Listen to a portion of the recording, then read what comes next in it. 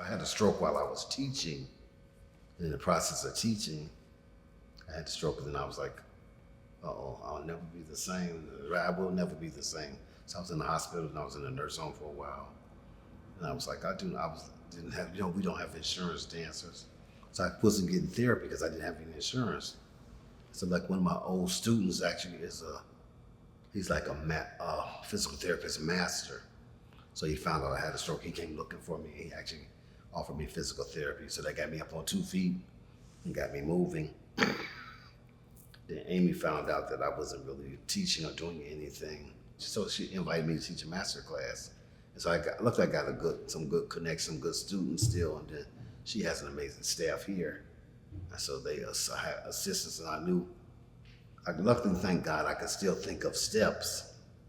My brain didn't shut completely down. My body didn't betray me. My brain is still good. So I could still come up with choreography.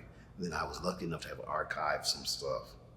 And I've learned different ways how to teach without being movement. I can actually teach from not being in the room. I say if I want to be relevant, I gotta really know how to teach from a different place. And I said, well, what if I have to show up in this space? People are gonna judge. I said, get over that. People gonna judge you they'll judge you even before their disability.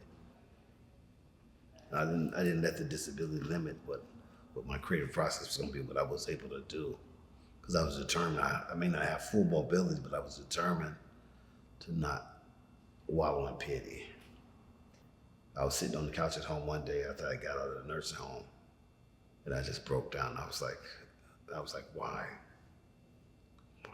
And then I had to ask myself, why not? Like, you're alive. I'm like, why not? And then actually Dance Crash came looking for me because they gave me an award.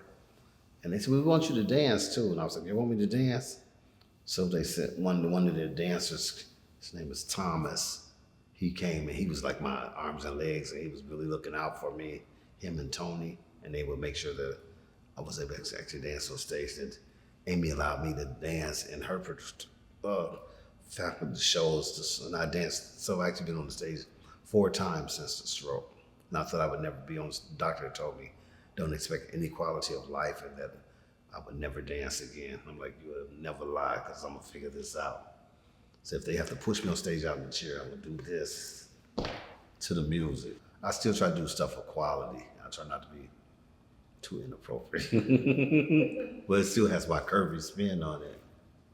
So life is still good, It's completely different, but I don't have any regrets of anything, and I don't take anything or any day for granted, because these days now were not promised to me. So I've learned to.